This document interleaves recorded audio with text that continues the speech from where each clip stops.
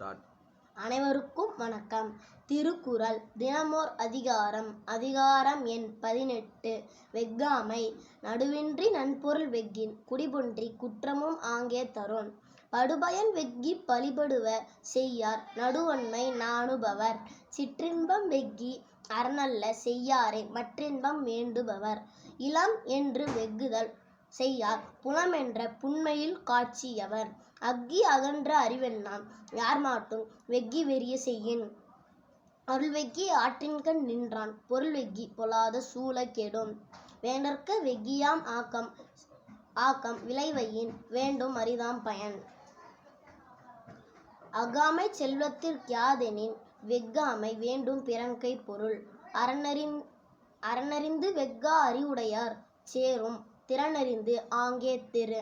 இரளினும் என்னாது வெஃகின் விறலினும் வேண்டாமை என்னும் செருக்கு. நன்றி.